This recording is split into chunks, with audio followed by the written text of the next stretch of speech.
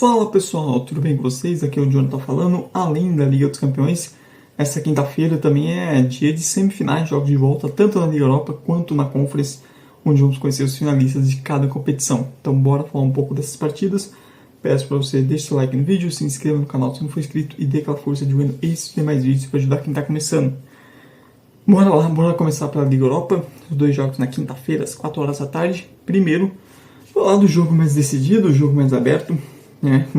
Aberto no sentido de abrir vantagem.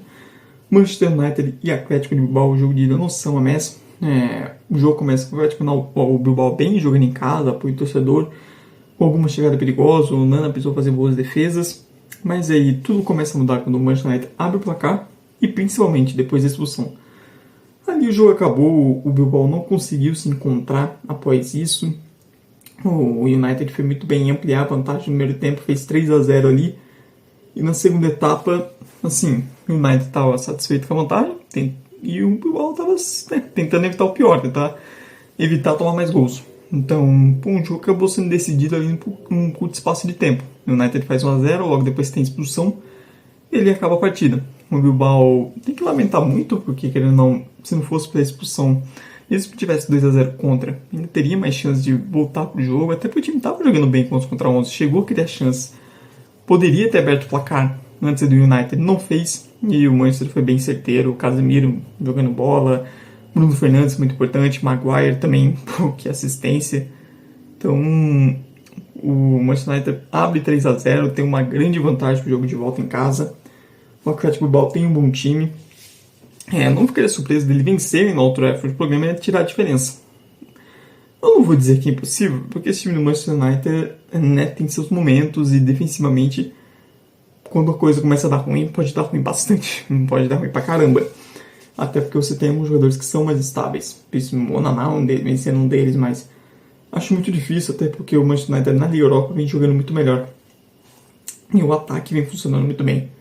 Então não é só o Bilbao conseguir fazer os gols que precisa, é não tomar também. Essa é outra grande questão. O Manchester United é muito favorito aqui, pode perder até por 2 gols de diferença em casa. Acho que se afinal não tiver o Manchester, será uma surpresa enorme, seria uma vergonha gigantesca. Mais uma para a temporada, né? Do outro lado da semifinal temos o Bodo Glimt recebendo lá no céu, lá no topo da Noruega, o time do Tottenham. Jogo de ida 3-1 em Londres para o Tottenham. Ficou barato, ficou bem barato para os noruegueses. O Tottenham jogou muito bem, o Tottenham jogou até para vencer demais, vencer um placar ainda mais elástico. Mas assim, vou falar um negócio que não traz boas lembranças como corintiano.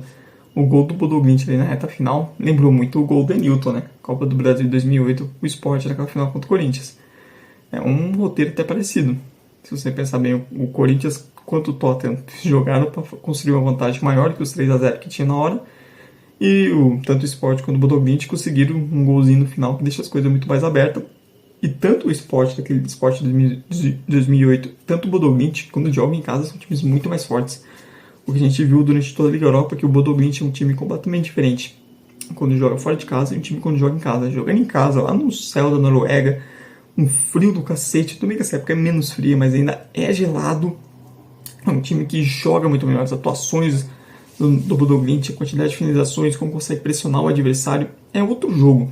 Então, vai precisar muito disso. Lembrando, o Bodo Glimt contra o Olympiacos, 3 gols de diferença.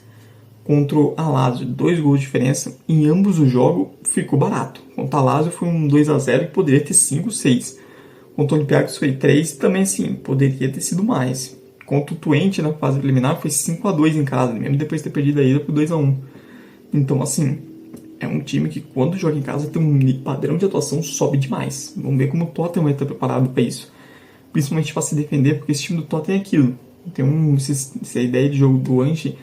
Quando dá certo é muito legal. É um time com uma capacidade criativa até de fazer vários gols no adversário, independente da força dele. Agora, quando não dá certo essa pressão, essas linhas altas, aí, meu amigo, vira um Deus nos acuda. Fica um time muito exposto e que também é capaz de tomar muitos gols de qualquer adversário. Então, o Tottenham é favorito, é um time melhor, tem uma vantagem para defender boa.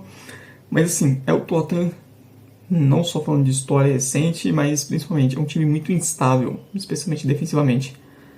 Então o confronto ainda está em aberto.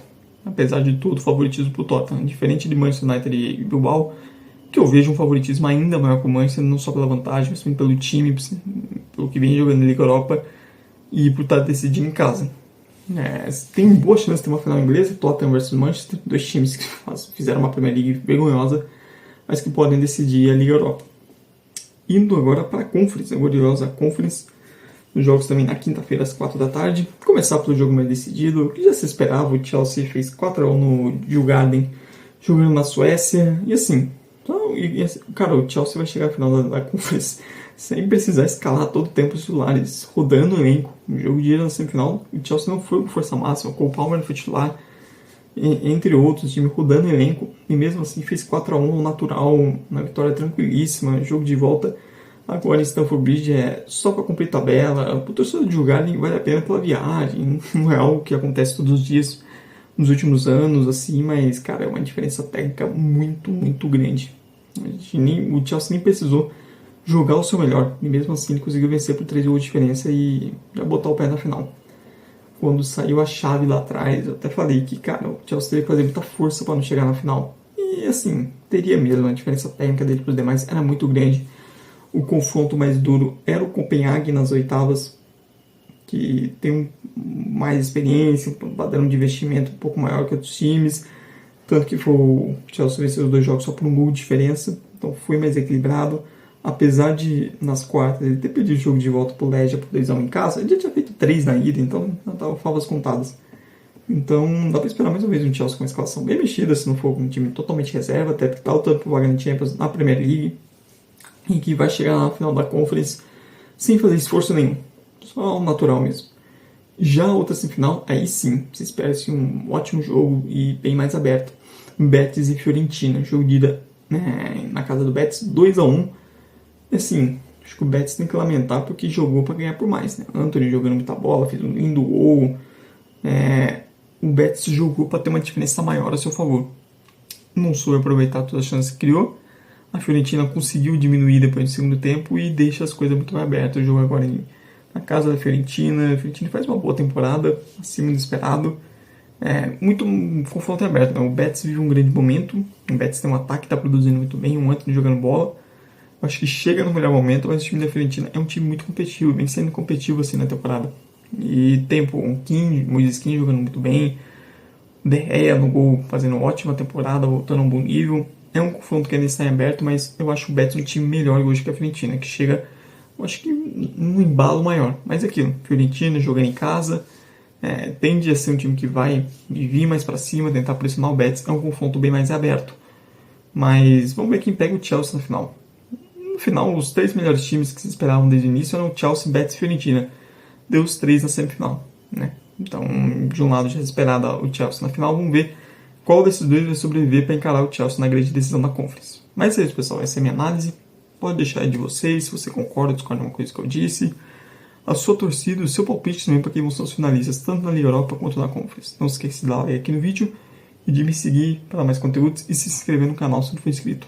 Também dê aquela força divulgando esses e mais vídeos para ajudar quem está começando. Muito obrigado mesmo por você que veio até o fim. Tchau, tchau e até a próxima.